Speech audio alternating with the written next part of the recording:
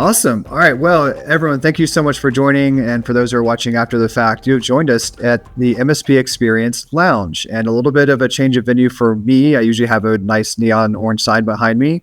Ecstatic to be here on site in Denver with our CEO, Rod Mathews. And we have our esteemed guest, Louis Alvarez of Alvarez Technology Group, if I can say that properly. And Louis, you are, our guest as a valued Axcient partner. So why don't you go ahead and introduce yourself a bit, please? Sure. Like I said, I've been doing this stuff for close to 30 years. Originally moved here after my Air Force active duty time was complete. Went through the Defense Language Institute in Monterey. So I came back here to finish off my commitment and decided to stay. Got a job in a small startup and eventually became a partner and sold that 10 years later. And after a couple of years of sitting around doing nothing, decided to start Alvarez Technology Group. And we're celebrating our 23rd year this year in business. And needless to say, 23 years of completely, morphing and changing every couple of years as our industry has changed and the technology has changed. But I really am enjoying doing the work that we do, helping our clients. We are primarily in the SMB space in California, although we do have some clients outside of the area, up in Seattle and down in Arizona. But I really enjoy helping them use technology smartly and doing it in a secure and safe manner. Perfect. And thank you so much for joining our CEO panel. This is going to be a great discussion, your background, your experience in the IT industry, and obviously in the channel. And we have Rod Mathews, CEO of Axcient here, and also experiencing IT for a long time through all kinds of morphing, to borrow your word, Louis, and in different contexts. So a quick intro from you as well, Rod, please. Yeah. Hi, everybody. I'm Rod. Thanks for joining us today. Louis, thanks for being here. It's great to see you online. Yeah. Louis and I live relatively close to each other. We both live in Monterey County in California. We were just talking about that when everybody joined. So it's a really interesting place to live. It's a gigantic county, like Louis said, but it's a mix of technology and agriculture and tourism and all kinds of defense, all kinds of interesting industries in the area.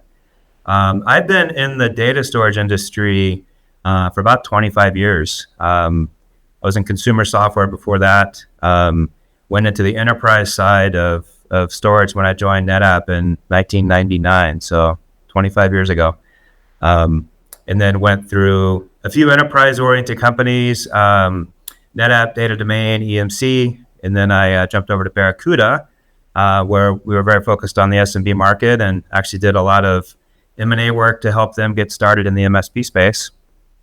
And so Axcient is a great opportunity to keep driving forward in the MSP space, which I really love because we get to work with people like Louis that are the owners and principals of the business that have a lot more skin in the game than an IT manager at an enterprise company that's maybe not thinking as much about the decisions they make. So I really enjoy working with the business owners. So that's my background. Excellent. And so, of course, we're here just to kind of compare and contrast that knowledge, the experiences.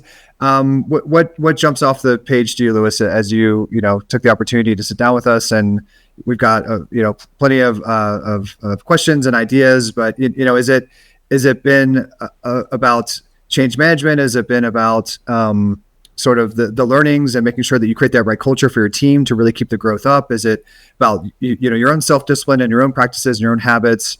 Is it about teamwork? Is it about networking? Is it about the community that we always talk about and love so dearly in MSPs? What do you like to lead with? Yes, all of that. We've been doing this for a long time. I've been an Axcient partner forever, it seems like, and we've all been on the same journey together of evolving and maturing and growing our businesses. And at the same time, our commitment to our clients means that we have to constantly keep our eyes toward the future. Like, what's the next big thing? Because we have a commitment to them to be their entire IT support structure, including that strategic partnership to help them, continue to grow their business, whatever it happens to be. And one of the things that I really love about doing what we do and doing what I do is I get to learn a lot about a lot of other industries. It's like I know a little bit of everything about ag, about hospitality, about technology. Joby Aviation, for example, which is a company that's building an electric-powered vertical takeoff and landing taxi, air taxi. They're based in Marina, which is one of the cities in Monterey County, and we do some work with them. So going over and looking at their manufacturing facility and seeing where they're going makes you, it inspires you to wonder, where are we going? And unfortunately, I think for many of us, we're so busy and we're so caught up in a day-to-day that we just don't appreciate how quickly we accept technology in our everyday lives. And we just don't stop and marvel at the fact about, this little cell phone that has more power than, every computer I've ever owned, it seems like, going back to the beginning. And we're like, oh no, I just use it to text and take pictures and do all this other stuff that we just take for granted.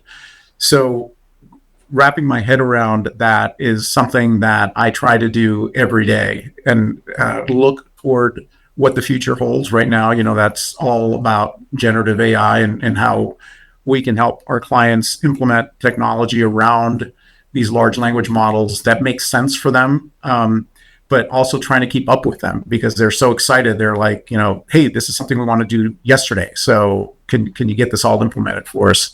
And we're just trying to understand it ourselves. But I love the challenge and I love building our team to accept those kind of challenges. Absolutely. Rod, is that innovation as you would say as well, when we were just in the green room right before this, or saying the same thing about how powerful the computing is getting, how, whole facilities have been transformed in the defense industry into, kind of laundry, just closets for computers now that they used to have mainframes and things in. What's innovation been like, and how's that driven your thinking about the MSP space?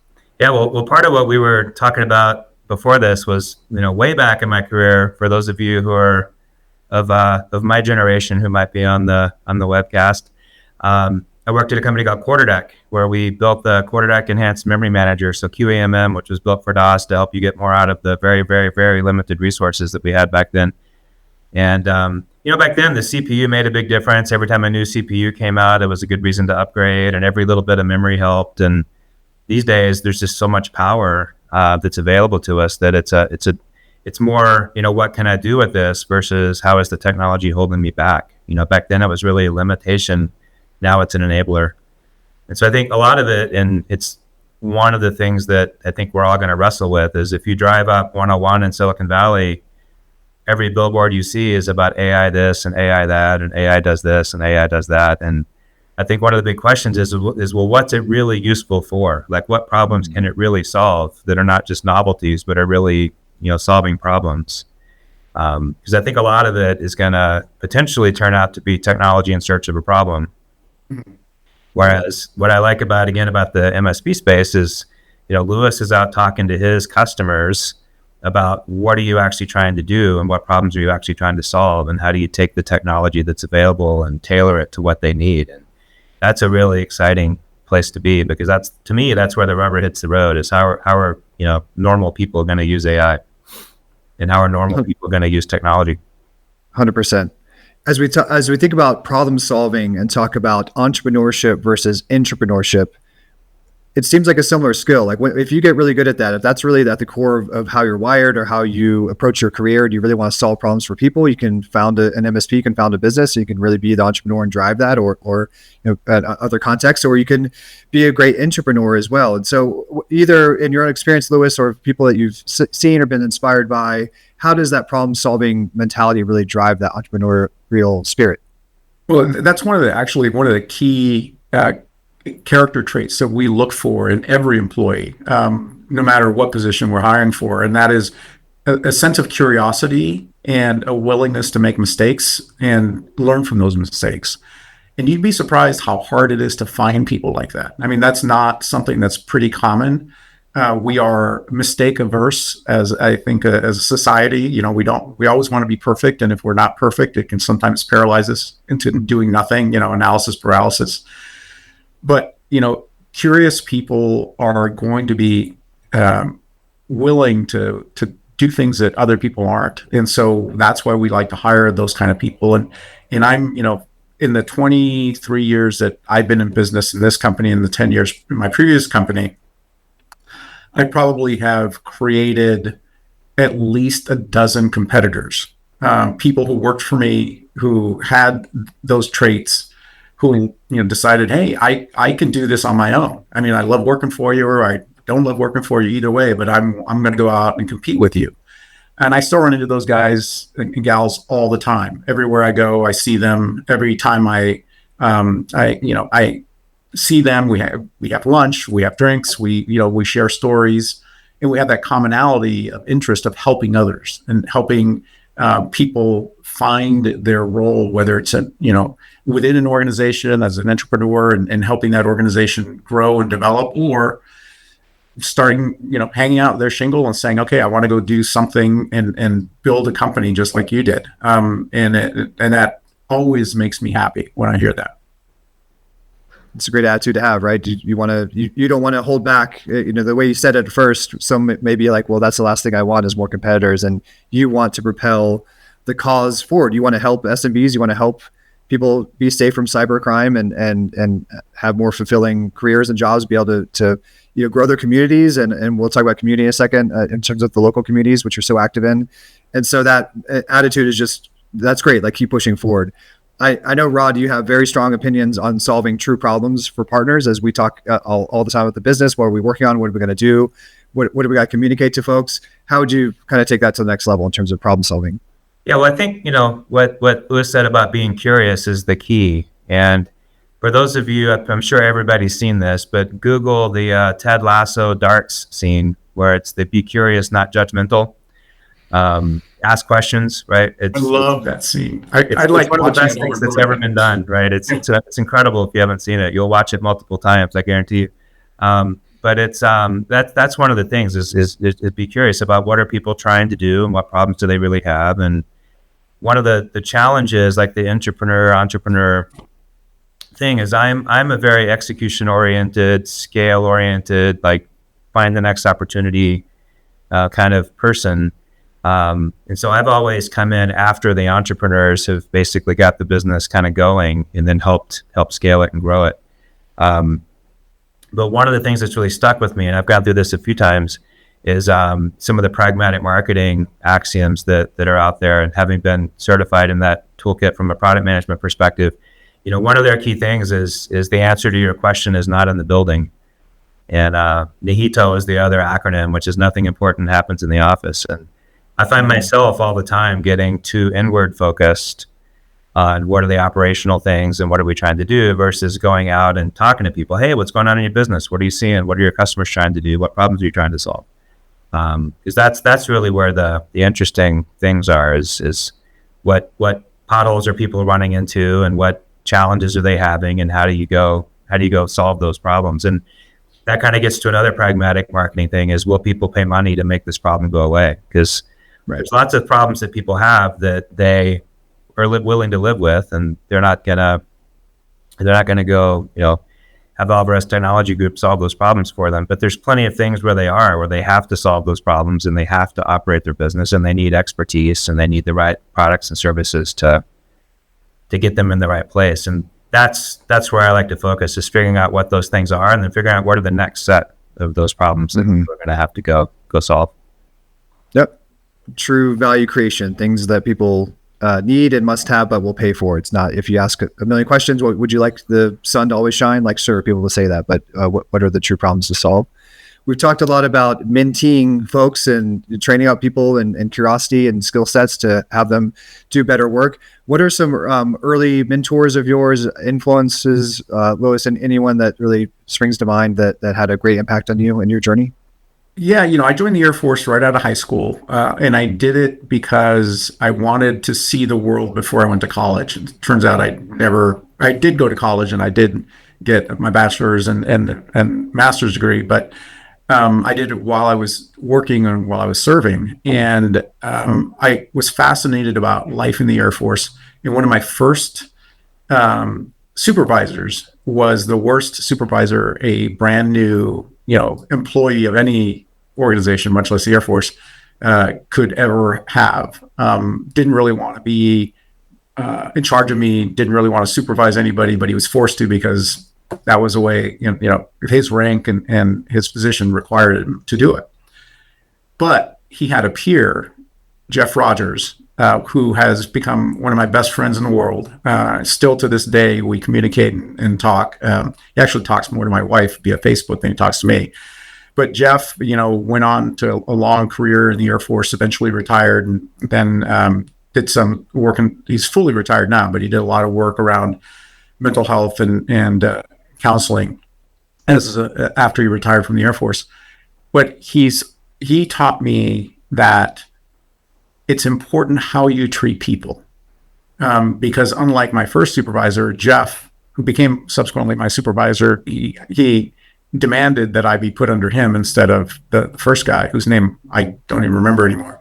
Mm-hmm. But Jeff taught me that, being kind, being good, burn no bridges, no matter how hard you really want to, because those relationships are going to matter to you at the end. And that was a very, very important lesson for me to learn in my life. And I've had many mentors since then that have taught me about business, that have taught me about, building a IT company. The first boss I had, Gary Hornbuckle, was a MIT professor, Stanford professor, one of those guys that, was a professor only so that he can find something and become an entrepreneur. And he developed a company called Applicon that I think is still owned by Schlumberger. And they were a CAD CAM company. And then he started another company, moved to Pebble Beach to retire, but he was way too young. So he started the startup that I started working with him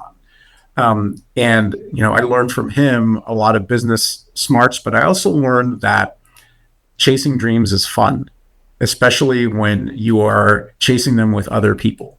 And building companies can be a lot of fun if you bring the right people along with you on the journey. And I could go on and on and on. I mean, mentors are an extremely important part of an entrepreneur's life. And when you get to the point that you can become a mentor for others, then you need to pay it back. You need to do the hard work that all the mentors who got you to where you're at were willing to do for you. Incredible. A bit surprising, going through the military field, that was where you learned some key advice, which a lot of us have learned is be kind. That is not always the most obvious thing. So that's great. Rod, for you, any mentors or experience or leadership advice that is really impactful? Yeah, I've had so many good mentors. We could be here for the rest of the day, for me to talk about all of them. There's a couple in particular, and a couple of things that have stuck with me.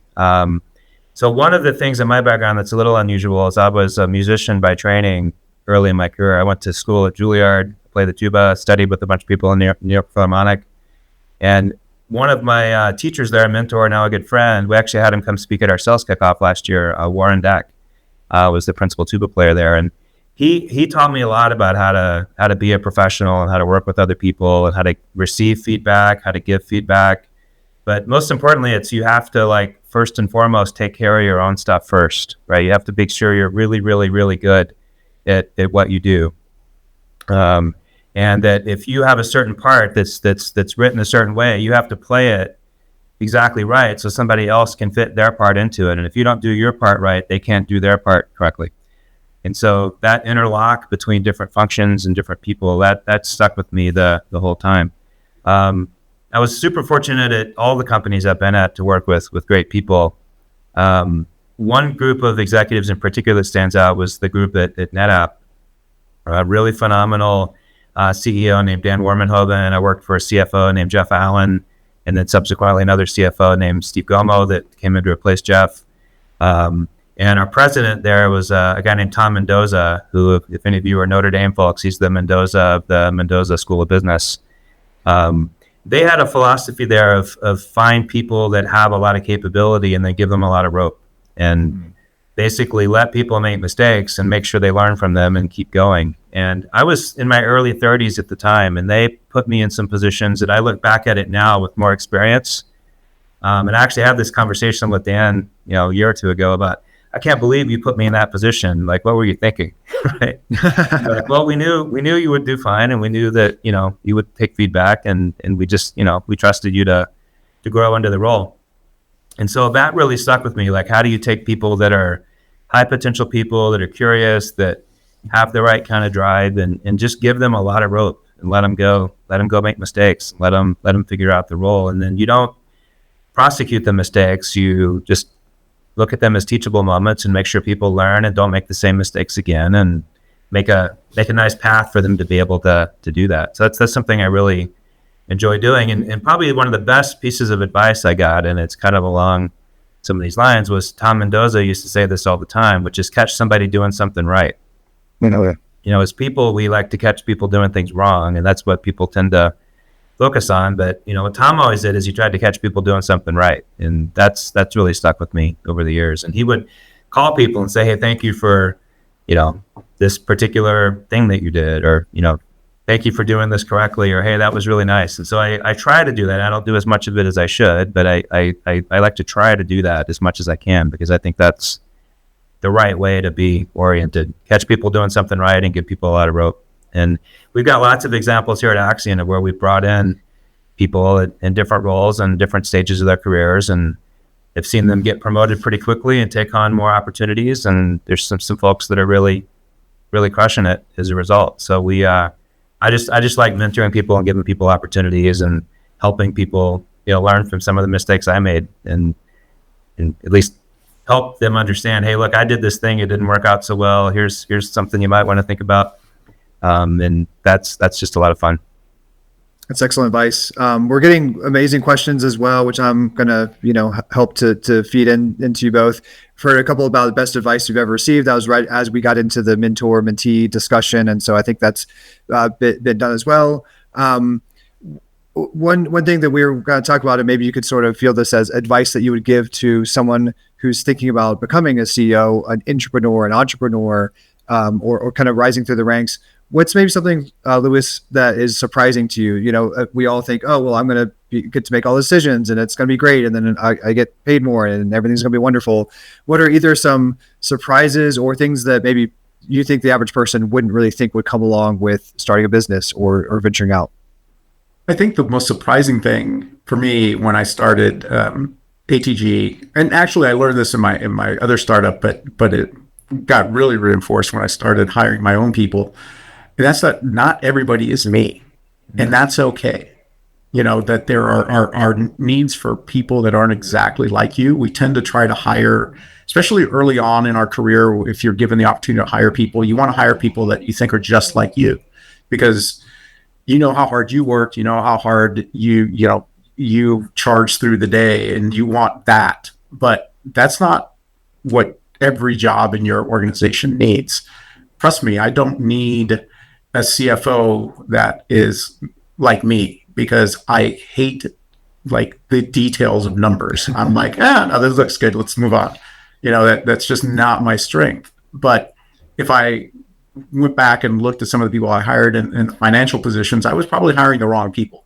And so now we're much more deliberate, but understanding that it's okay to bring people along in your environment, whether it's, your business or even clients. Sometimes, you try to find the best clients you can, but sometimes you find those little oddballs and you're like, it's okay that they're a little oddball, because we're there to help them even in that capacity. They don't have to be exactly like every other client that we have. So learning that people are different was a real eye opener for me, if you can believe it. Yeah, right. I mean, that's the comfortable thing to do and the natural thing to do. Oh, let me just kind of find people that kind of fit my preference. And you don't want clones, you want that diversity, and you want them to cover gaps that you have. So awareness is clearly a big piece of that, to really have that awareness of what is me versus not me that I need. I'm a big fan of all the different diagnostic tools that are out there. Myers-Briggs is the classic one, but I can tell you for a fact, if you took a lot of people with my Myers-Briggs types and you put us all on the same team, we'd kill each other. It would not be functional.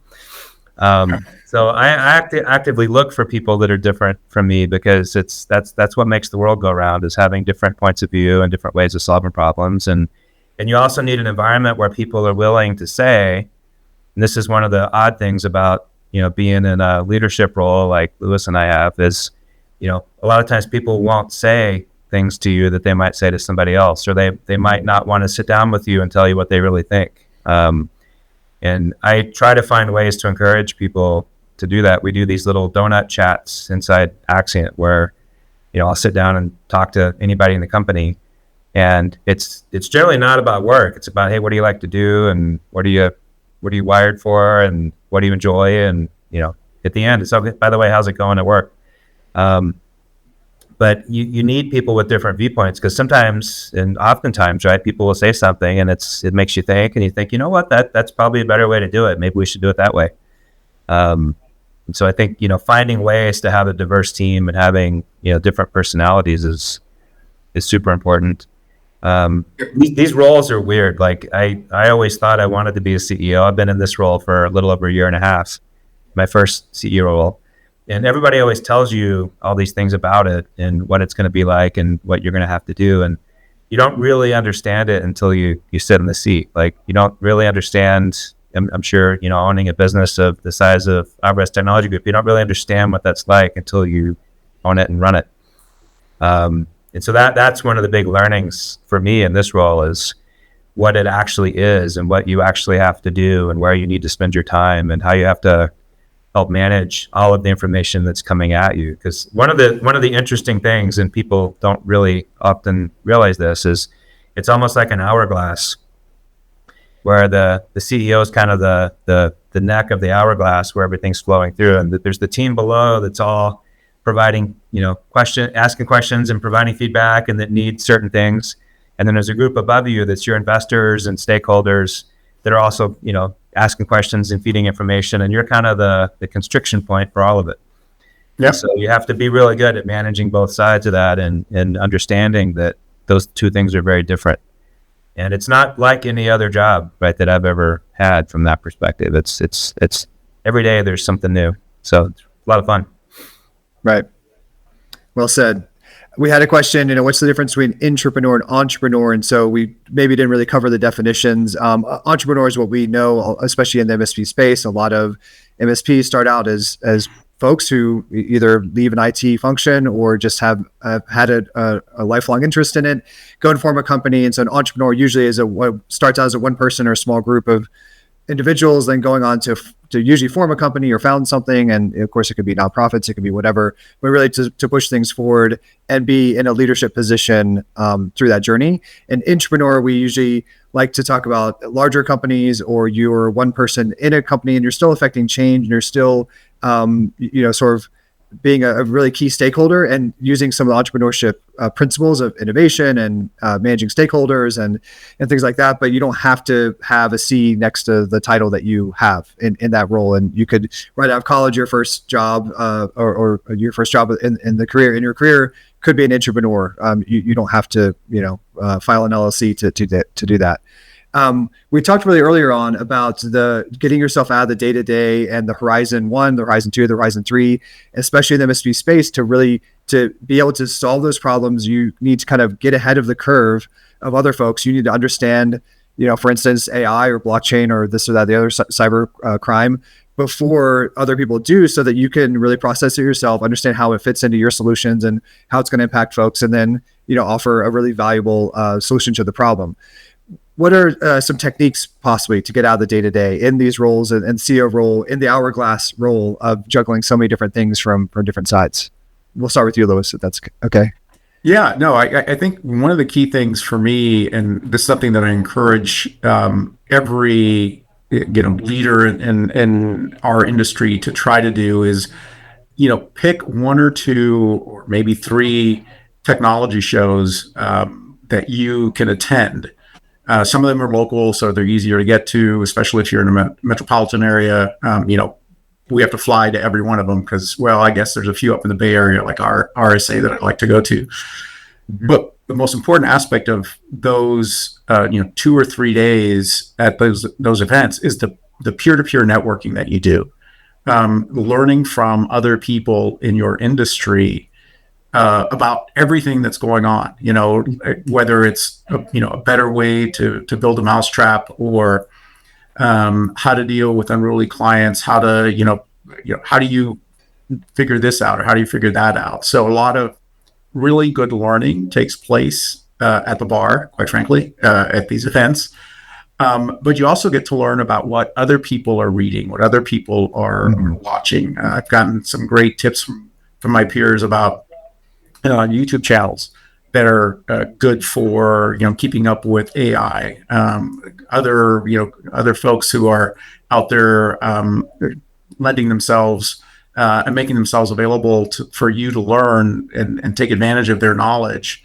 You learn about those people at these trade shows, and I read an awful lot. I spend an inordinate amount of time during my week catching up on things every day and trying to summarize some of those things in a way that helps me stay current and stay ahead of the game, so that when my clients start talking about things, again, in the diverse industries that we serve, I understand what they're talking about, and I'm not just the IT guy who doesn't understand their business or what they're trying to accomplish. I need to understand their business. I need to understand their goals, and I need to be instrumental in helping them achieve those goals.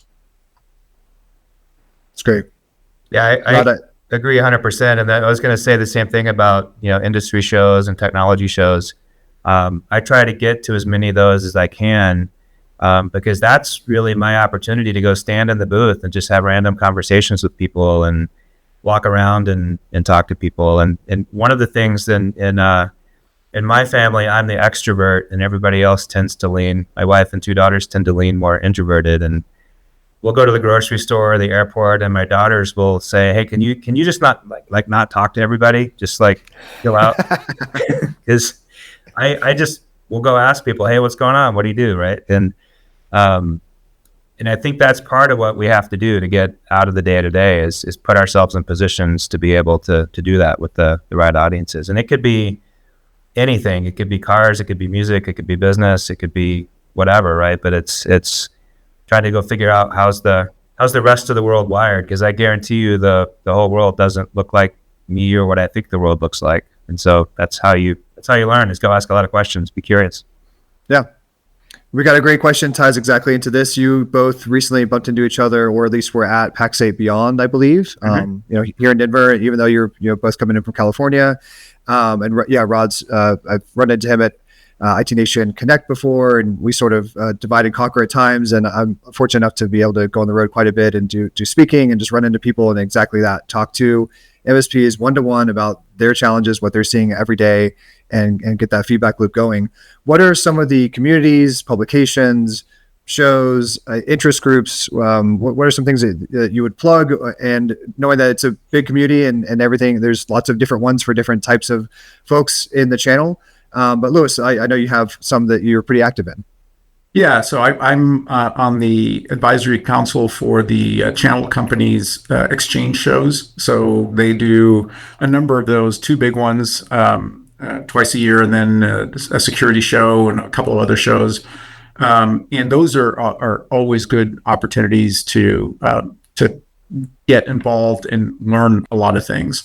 MSP Alliance is another group that I'm involved in, and there's probably a dozen users groups or Reddit groups that I follow and get involved in helping. And LinkedIn is becoming more of a source of knowledge for me, especially some of the groups that are created within LinkedIn. So there's a lot of resources out there. I mean, there's no lack of resources. My biggest challenge is trying to make time to find the best ones that will help me and help the work that we're doing here. And trying not to get so involved and so overwhelmed that you just can't get anything done. So, pick a few and focus on those and listen to recommendations from other people. Mm-hmm. Yeah, I tend to gravitate towards there's obvious places like I'll read the Reddit groups. There's CRN, other news sources. LinkedIn has a great news feed of different people's ideas and comments and those types of things. And then just the own personal network, right? Friends that are in similar roles, and people that are at other companies that focus on MSP. Just kind of doing check-ins, saying, "Hey, how's it going? What are you seeing? Here's what I'm seeing."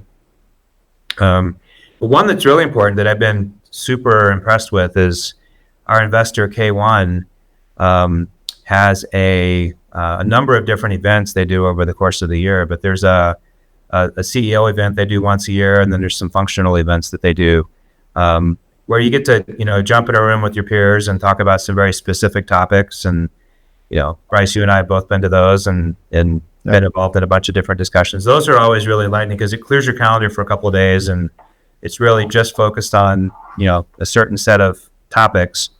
And I've learned a lot from being able to be exposed to that. So I'm thankful to K1 for that opportunity as well. It's there's opportunities everywhere, and I think like Louis said, you've got to pick the right ones, pick a few, and you can't read everything, but pick a few that work for you, and just make sure you look at them regularly.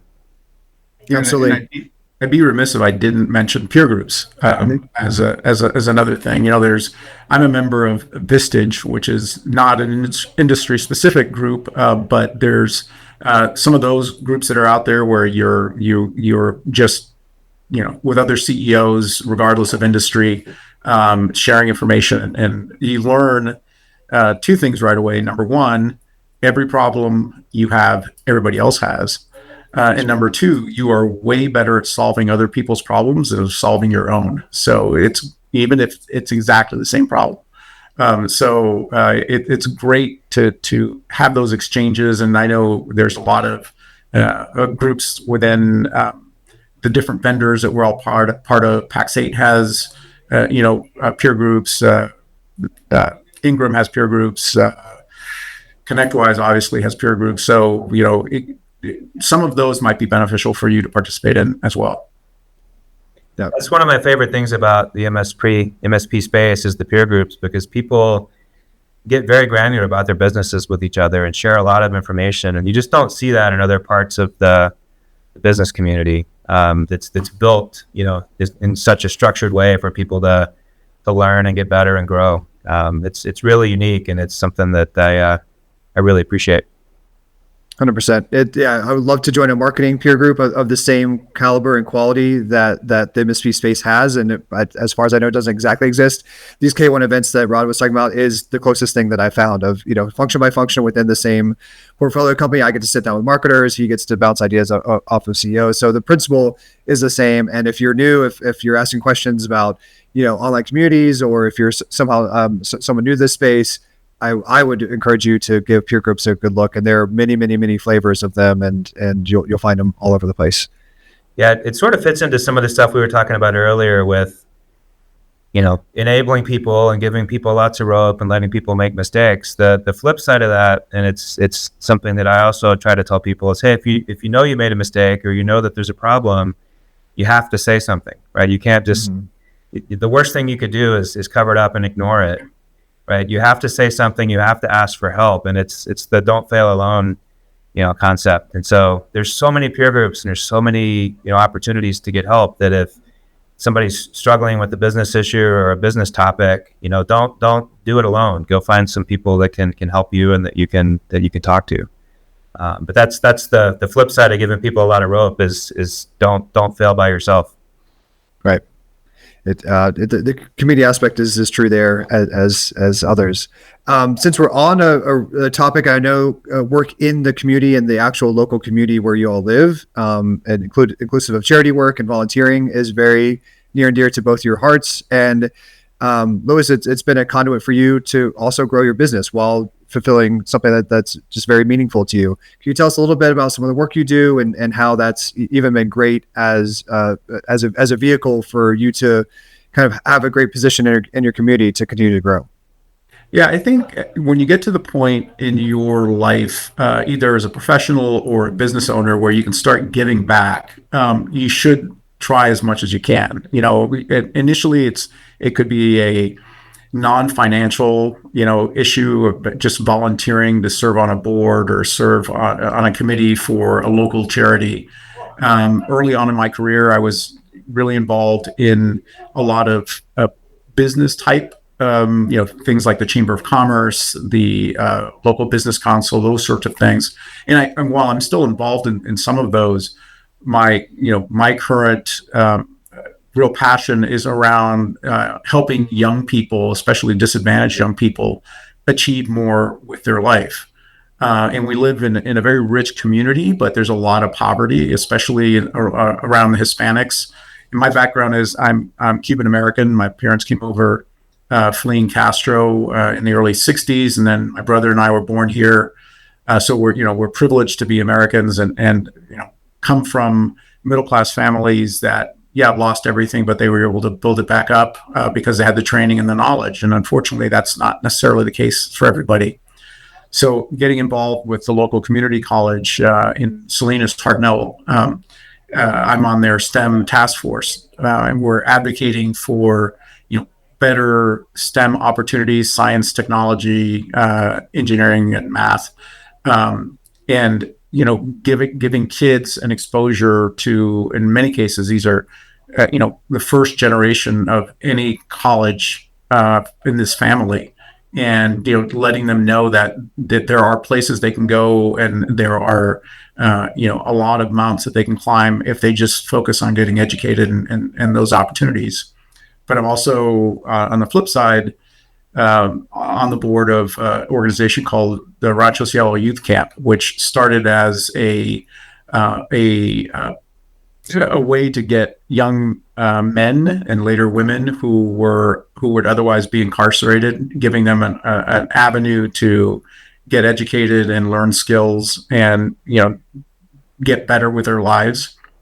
It's since grown. It's a much bigger effort now, but I truly enjoy helping those kids, and I'm fortunate that I have a really good team of people here back at the office that are give me the time to be able to get involved with those groups and give back to the community. And obviously, when when they see Alvarez Technology Group sponsoring things, or Luis Alvarez on the board of, whether it's Rancho Cielo or the Monterey Jazz Festival, where I served for about 13 years, and your name gets out there and people know who you are. And so it becomes a lot easier when you're looking to do business with somebody, when they say, "Oh yeah, aren't you on the board of such and such?" Or my friend serves with you on the committee for Montage Medical Group. Those sorts of connections and relationships benefit the business directly and indirectly. But you don't do it for that. You do it because you really want to give back, and you really want to get involved, and you want to make a difference. Yeah, and that's all super inspiring, Louis, because I see the impact that a lot of those organizations have on our community where we live, and they're very, very meaningful. My wife is the one in our family that has more time these days to do a lot of volunteering with different groups. I've tended to be more close to the schools where my kids have gone, where I've been on board advisory positions and almost wound up on a school board. And I was on the board and the chair of our PTO, or the treasurer of our PTO group at Carmel High School, where my kids went. Also on the board of a larger, kind of more personal interest thing called the International Tuba Euphonium Association. So it's a industry group around those instruments in the music community. But the biggest one to me, and it's I wish I had more time to go spend there, because it's an amazing thing in our county. But the food bank, right? The thing Louis mentioned about poverty, and especially when you get in the Central Valley of California, the number of kids that are food deprived, the statistics around it are just insane. And so, being able to donate there and when we can go do food sorting, those types of things. One of my daughters is doing some of that down in LA. We always did a lot of it in the Valley with NetApp. Just that's one of those hierarchy of needs things where people need food, and for kids that are in school trying to develop and learn skills and trying to break that cycle of poverty that a lot of them are in, having food is one of the key things, and especially food to start the day and at school. So to me, that's one of one of the places that is always top of mind for me. And I haven't been able to do as much like with my time, but that is a place where we've tried to support financially. Right. Yeah. Once you've built those skills with leadership and with problem solving, like, as we've talked about earlier, you don't want to waste them only on a kind of commercial aspect. And lots of people could benefit from the skill set that you have. This conversation, though, hearing all the things Lewis does, makes me kind of say, "Wow, you need to be doing more." So right. It sounds like we need to be carrying the water a little bit more. Yeah, unlock some more of your time, Rod, so you can you can do more. Yeah, I'm not doing enough. So as we get close to the lightning round, which I want to tease for everybody, and please keep the questions coming in. We try to usually wrap up by the top of the hour. We know folks are super busy, have meetings, engaged, everything, but this is such a great conversation. I don't want to move on too quickly or anything. We talked earlier about spotting talent and, finding the people who are crushing it, give them a lot of rope, being kind, building great cultures. What's some advice for the younger folks here for what they could start to do now to really set themselves on a path to be bigger difference makers in their communities and business, things like that? Lewis, do you have any kind of like more early career stage type of things that you talk to people about? Yeah, I mean, I always tell, I'm fortunate that our company's small enough that I get to interview every person that gets hired. I mean, not necessarily in the hiring process, but within the first week of their joining the company, I get to spend a half an hour, 45 minutes with them. And I always tell them the same thing, which is, you have an opportunity to be in charge of your own life here. And that's true of anywhere that you work. You don't act the victim. It's really easy to be, take on the victim mindset and say, this is all happening to me, as opposed to this is happening because I want it to happen. And I try to get them to realize that it's not just about here, it's about their entire life, because this is just a stepping stone in their career. And especially the younger people, we know that they aspire to bigger and better things, and sometimes we don't have those opportunities in our company. So whenever they go off to someplace else, we celebrate it. We actually have parties, and we built an alumni group of former employees that we still tap whenever we have resources, needs. We have one of my guys went on to Cisco, and subsequently is somebody that I can reach out to when we're having issues with Cisco, or we're having issues with Duo, where he has his wife works. I have an in, and that only happened because he came to work for me. When you're young, you really need to take charge of your life as much as you can, and understand that you're the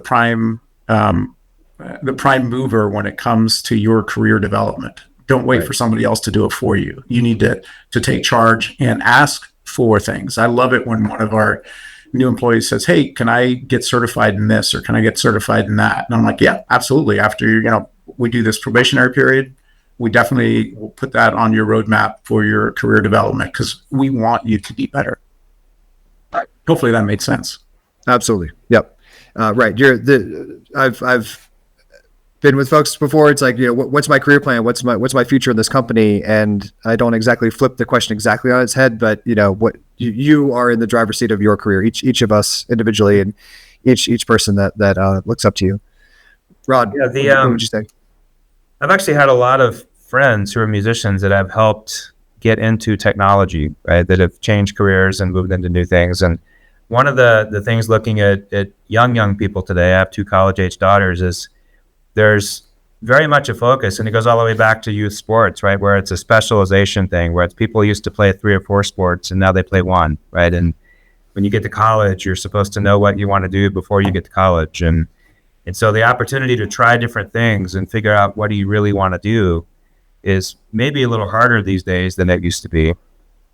But I would encourage people to, try new things and look at new areas and try to figure out, is the thing that you're doing now what you really want to do, or is there something else that might get you more excited? But the number one thing is you have to be good at the job you have. because that's what enables you to go experiment with the things that you might want to do. So be really good at what you're doing. And then with all of the information that's available online today, there's college courses you can take for free. There's lectures you can listen to. There's online learning. There's YouTube videos. The only thing really holding anybody back from learning something these days is your own kind of time management and self-motivation. I mean, you can literally learn anything you want to learn, like off of YouTube and the internet and asking your peers, right? And so I think that's the other thing, is just take ownership of that for yourself, and figure out what areas you're curious about, and then go learn, and then see if there's ways to apply that to other roles, because it'll make your company value you more because you're broader. And if you follow the first thing, which is do your job well, people are more than happy to have you try other things, because you've done one thing well. The expectation is you'll do the next thing well too. And by the way, the company will help you at that point, and you'll get training and you'll get enablement and all those kinds of things. So the trick is getting started, and then just be good at what you do and take advantage of the opportunities that are available to you. Right. Follow through. That feels like it completes the circle that we started earlier, which is good. Have a good mentor. Maybe some folks don't know the direction they should go, and all the learning is there, the knowledge is there. It requires you as the motivating factor with your career path and goals in mind. But a mentor can be super helpful, especially at a younger age when you're kind of trying to make sense of what's what in the world. Mm-hmm. All right. Let's go to the lightning round, which we love to do in the MSP Xperience Lounge. Just a little bit of a tradition here. And so we'll start with Louis. Go to karaoke song. Oh God, YMCA. Oh, nice. It's easy. Rod. You don't want to hear that, but I would say Friends in Low Places. It's an easy song to sing. Yeah. Rod, you played the tuba for us on an All Hands before, I think. I did, yeah. I think we, yeah, exactly. So we've heard you serenade us in a way. Louis, night owl, night owl or early bird? I am a night owl. I like to work out late in the day, which is, they say is wrong. You should work out early, but I like to sleep in when I can.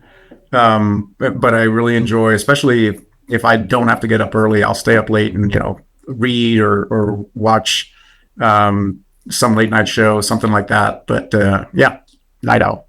Cool. Yeah, night owl, but I do enjoy getting up and hitting it in the morning. It's a lot of productivity early in the day, but I'm a night owl left to my own devices. Right.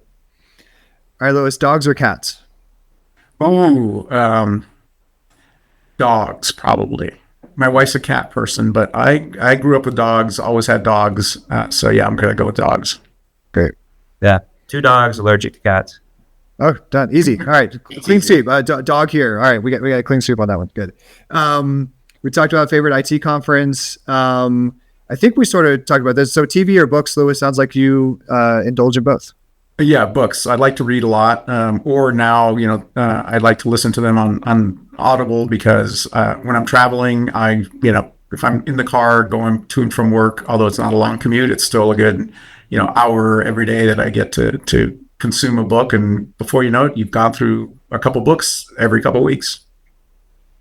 Great. Yeah, I read to learn stuff, and I typically watch TV. It's usually like garbage shows, mysteries, that kind of stuff, just to like relax and be entertained. Nice. I put them in 2 different categories: learning versus entertainment. That's true. Yeah. You don't want to do too much of one or the other. Yeah. Someone in the comments is like, "Where are my cat people at?" We'll find them. We've had a few on the lounge before, I think, but we'll be sure to make that a priority for future lounges. All right. I like this one a lot. Favorite city, Louis? So any city in the world? It would have to be Sevilla in Spain. My wife and I, given my Cuban roots, we like to go to Spain at least, probably try to go every year, but usually ends up being every other year because everything else that we want to do. And Sevilla is just one of those beautiful cities that you can go to. I wouldn't recommend it in August, by the way, because it's bloody hot, but it's just beautiful. It has, you eat dinner at 10 o'clock. People are out into 1 o'clock in the morning. Again, the night owl thing. Beautiful architecture, and super cool people. Amazing. Yeah, if I had to name one, I'm going with Billy Joel. It's Vienna. I love the All right. magical place. Very cool. I have not been there. It's maybe how I feel about Munich. Munich's a pretty magical place. Munich's awesome too. That's on my short list. Yeah. Singapore as well. Singapore is an incredible Ooh. place. Yeah. Amazing. I want to make sure we have time. We leave enough time to wrap up properly. So, Louis, your website saves us from typing alvareztg.com. I love that. You didn't have to spell the whole thing out. How would you like people to connect with you or talk to you more? Yeah, if you want to talk to me, connect with me on LinkedIn. I'm always, I'm very active there, and I try to respond to requests to connect, and or feel free to go to the website, and there's some contact information there to get a hold of me, and love to continue to engage. And if you see me at one of those shows that I mentioned, or any other show that I might be at, feel free to come up and say hi. Perfect. Rod, where can people find you? I think my email address is on the website, but if not, we're happy to get it to you. But if you're at a trade show, a lot of times I'm in the booth just talking to people. Stop by. I'm the big bald guy. Can't miss me.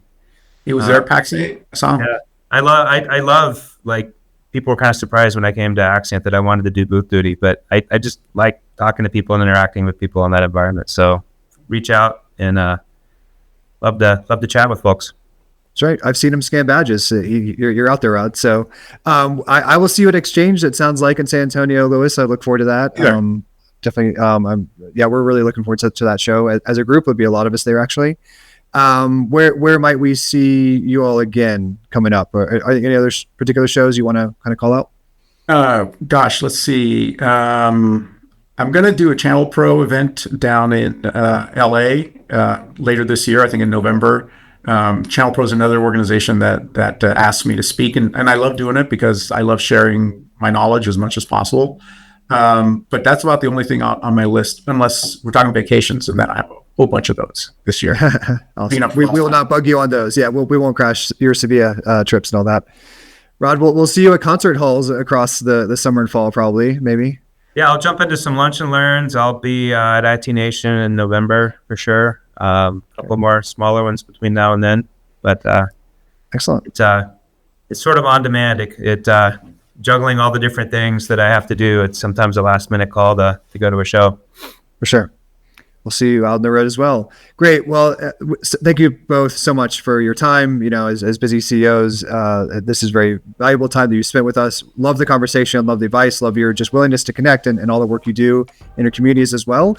This has been the MSP Xperience Lounge. We do this noon Mountain Time, mostly on Wednesdays once a month, and it's pretty regular. You can find the cached versions on LinkedIn. We have a YouTube channel that's really picking up. We've got the MSP Xperience Game Changers series on its own playlist in our YouTube channel. Just search for Axcient on YouTube. We're just coming out with more stuff. We want to have conversations. We want to highlight valuable conversations in the MSP space for you to help you do what you do better. So thank you both so much again, and thank you all for attending. Thanks, Louis. That was fun. Awesome. Yeah, take care, Rod. Take care, Bryce.